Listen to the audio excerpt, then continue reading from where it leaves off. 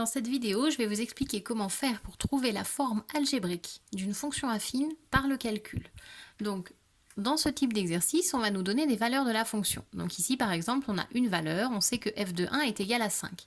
Avec une seule valeur de la fonction, on ne va pas pouvoir trouver la forme algébrique. Parce que, regardez sur un repère, f de 1 est égal à 5, ça veut dire que le point qui a pour coordonnées 1, 5, donc ce point-là, est sur la droite. Sauf que des droites qui passent par ce point-là, on en a plein. On a cette droite-là, on a cette droite-là, on a celle-ci, on a celle-ci. On en a vraiment beaucoup, on en a une infinité, on en a même de ce côté. Hop, il y en a beaucoup, donc on ne va pas pouvoir trouver la formule. Donc une seule valeur, ça ne nous suffit pas. Donc on va nous en donner deux. J'en rajoute donc une deuxième.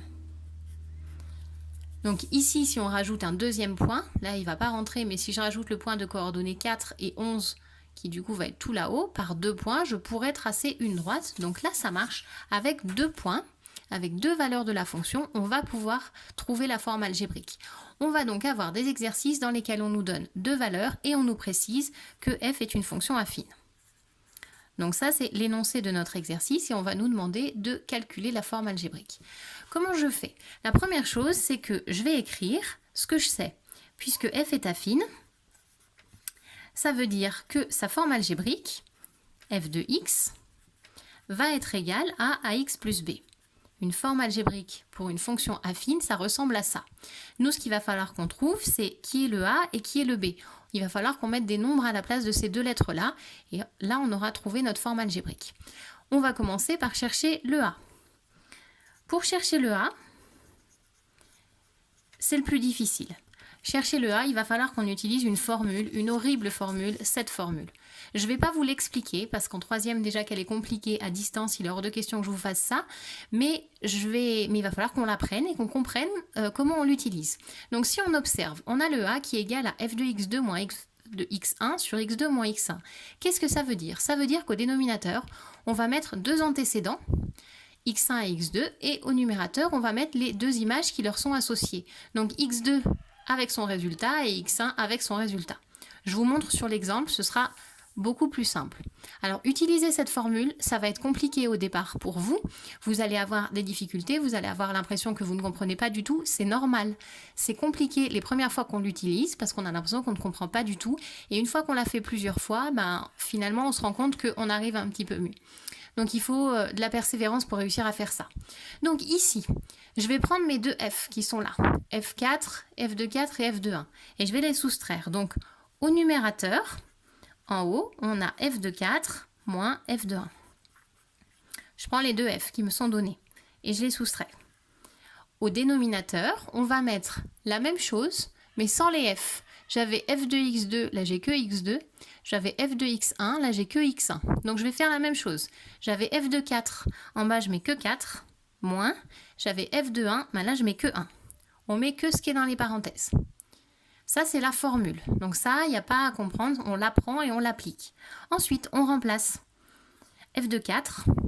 F de 4, c'est écrit là. F de 4, ça fait 11. Donc je ne vais pas laisser f de 4, je vais écrire 11 à la place, puisque c'est égal. F de 1, à la place de f de 1, je vais écrire 5, puisque f de 1, c'est égal à 5, c'est la même chose. Donc au lieu de laisser f de 1, je vais mettre 5. En bas, je fais ma soustraction, 4 moins 1, ça fait 3. 11 moins 5, ça fait 6. Et 6 sur 3, ça fait 2. Nous avons trouvé le a. Le a est égal à 2. Donc, j'avance. Ma fonction f de x a pour forme algébrique f de x égale. Ici, je vais remplacer a par le a que je viens de trouver. Donc, ça va me faire 2x plus b, parce que b, lui, je ne l'ai pas encore trouvé. Donc, maintenant, il me reste à trouver le b. Trouver le b, c'est plus facile. Je le note. Cherchons b. La rédaction, vous voyez, elle commence déjà à être un petit peu longue et elle n'est pas finie. Donc, il est important d'écrire ces petites étapes, le cherchons A, cherchons B, de mettre où est-ce qu'on en est. Ici, on a trouvé le A, donc on explicite notre fonction, notre forme algébrique avec le A qu'on a remplacé. C'est important, ça va nous aider à nous rappeler où on en est. Hop, celui-là, j'enlève puisqu'on n'en a plus besoin et je remonte un petit peu. Pour trouver le B, je vais utiliser une des deux valeurs, celle que je veux. Vraiment, si j'utilise f de 1 égale 5 ou si j'utilise f de 4 égale à 11, je vais trouver le même résultat. Alors quand on a des nombres négatifs par exemple, on va plutôt choisir la valeur où il n'y a pas de nombre négatif. Ici, les deux valeurs n'ont que des nombres positifs, donc moi je vais choisir celle-là. Pourquoi j'ai envie de la choisir? Parce que les nombres ils sont plus petits et comme il va falloir faire des calculs, je me dis que ça va être plus simple de faire des calculs avec 1 et 5 qu'avec 4 et 11. Donc je vais choisir celui-là. Donc j'écris que f de 1 est égal à 5. Qu'est-ce que ça veut dire? Ça veut dire, signifie, si dans ma parenthèse, donc à la place de x, je mets 1, le résultat est 5. Donc ici, si à la place de x, je mets 1, le résultat va être 5. Donc c'est ça que je vais faire. Mon 2x plus b, je vais remplacer x ici par 1. Ça fait donc 2 fois 1 plus b. Ce calcul-là va être égal à 5. D'accord? F de 1 à la place de f de x, donc dans la parenthèse j'avais un x, ici dans la parenthèse j'ai un 1, donc ici à la place de mettre x, je vais mettre 1. Et on me dit combien ça fait. Ici on se retrouve avec une petite équation. Une équation, c'est un mot qui fait peur, mais là ça va. 2 fois 1, ça fait 2, plus b est donc égal à 5. Le 2, je le passe de l'autre côté en soustraction, donc b est donc égal à 5 moins 2, qui fait 3. On a donc trouvé ici notre b, qui est égal à 3. J'ai plus qu'à le remplacer dans la forme algébrique. Et on va avoir terminé. Donc, f de x est égal à 2x plus 3 et on a terminé, on a trouvé la forme algébrique. La partie difficile, c'était celle-ci. Quand on arrive là, on a juste une petite équation. Alors, il faut la trouver ici, mais on va la trouver si on a compris ce que ça veut dire que f de 1 est égal à 5. Ça veut dire que si on remplace x par 1, le résultat est 5. Une fois qu'on a fini, on peut se permettre une petite vérification. Si je remplace ici par 1, je suis censée trouver 5 en résultat.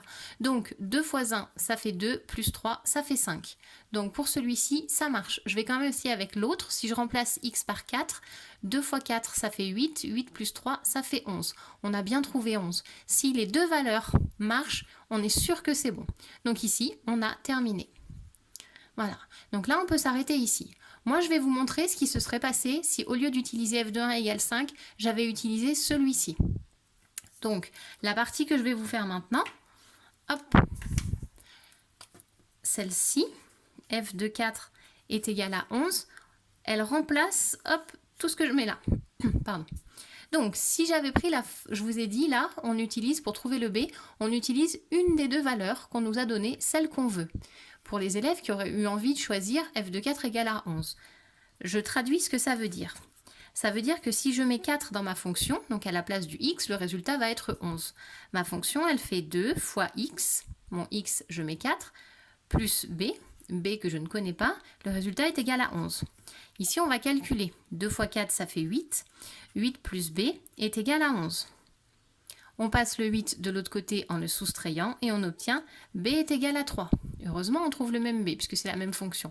Et donc, on va pouvoir conclure que mon f de x a bien la même forme algébrique que celle qu'on avait trouvée, à savoir 2x plus 3. Pour ceux qui ont bien compris, vous pouvez vous arrêter là. Je voudrais mettre des cas particuliers pour la formule de calcul du A, ici, notamment quand on va avoir des nombres négatifs, puisqu'il va y avoir des petits pièges. Donc si vous voulez arrêter la vidéo, vous pouvez arrêter. Vous vous rappellerez que vous êtes à 8 minutes 30, comme ça si vous voulez reprendre la suite, vous pourrez, vous ne serez pas obligé d'avoir à revoir tout le début. Hop. Donc sur la suite, je vous montre ici. Donc ce seront deux exemples séparés. Je vais uniquement calculer le petit a. Je remets ma formule ici. Je calcule que le a. Je ne refais pas toute la suite pour trouver toute la forme algébrique. Juste, je vous montre comment on utilise cette formule-là sur différents exemples. Le a, ici, en haut, je mets les f. f de 4 moins f de 3 sur... En bas, je mets la même chose sans les f. Donc je vais mettre 4 moins 3. À noter que j'ai choisi cet ordre-là, j'aurais aussi pu choisir f de 3 moins f de 4, c'était possible, et en bas j'aurais fait 3 moins 4. Moi je ne choisis pas cette possibilité-là parce que 3 moins 4 ça fait moins 1, ça me fait un résultat négatif. Moi j'aime bien au moins être sûr qu'il y en ait un des deux qui soit positif, donc si celui-là c'est moi qui choisis l'ordre dans lequel je vais le mettre, soit je fais 3 moins 4, soit je fais 4 moins 3, c'est moi qui décide. je vais trouver le même résultat. Hein. Vous pouvez essayer, on trouvera exactement le même résultat. Donc moi, j'aime bien mettre dans ce sens-là, comme ça, là, je me retrouve avec un résultat positif. Donc celui-là, hop, on l'oublie pour l'instant. Et ici, on complète. F de 4. F de 4, ça fait 5. F de 3. F de 3, ça fait 8. Et en bas, on avait 4 moins 3, c'est-à-dire 1. Et ici, 5 moins 8, ça fait moins 3. Moins 3 sur 1, ça fait moins 3. Donc on a trouvé notre A ici qui est un nombre entier.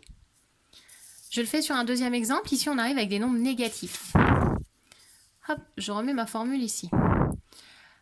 Je calcule encore une fois uniquement le petit a. Hein. Pour le petit b, on a une équation, c'est un petit peu plus facile à résoudre. Pour le petit a, en haut, je mets les f. En bas, je mets là où il n'y a pas de f. Alors, je vais mettre f de 2 moins f de moins 1. Et en bas, et là, on fait attention, il y a un piège. On va mettre 2 moins celui qui est dans la parenthèse, ce qui veut dire moins 1. On n'oublie pas ici que ça va nous faire un moins 1. Donc, on sera à plus 1. Je remplace f de 2. F de 2 est égal à moins 5. Moins f de moins 1. F de moins 1 est égal à 3. Et au dénominateur, on a 2 plus 1. Vous avez le droit d'écrire ici directement 3 si vous ne voulez pas rajouter cette étape. Mais si vous n'êtes pas très sûr de vous, si vous avez l'habitude de vous tromper avec les signes moins, n'hésitez pas à rajouter cette étape supplémentaire, elle ne coûte pas bien cher. On continue, on calcule.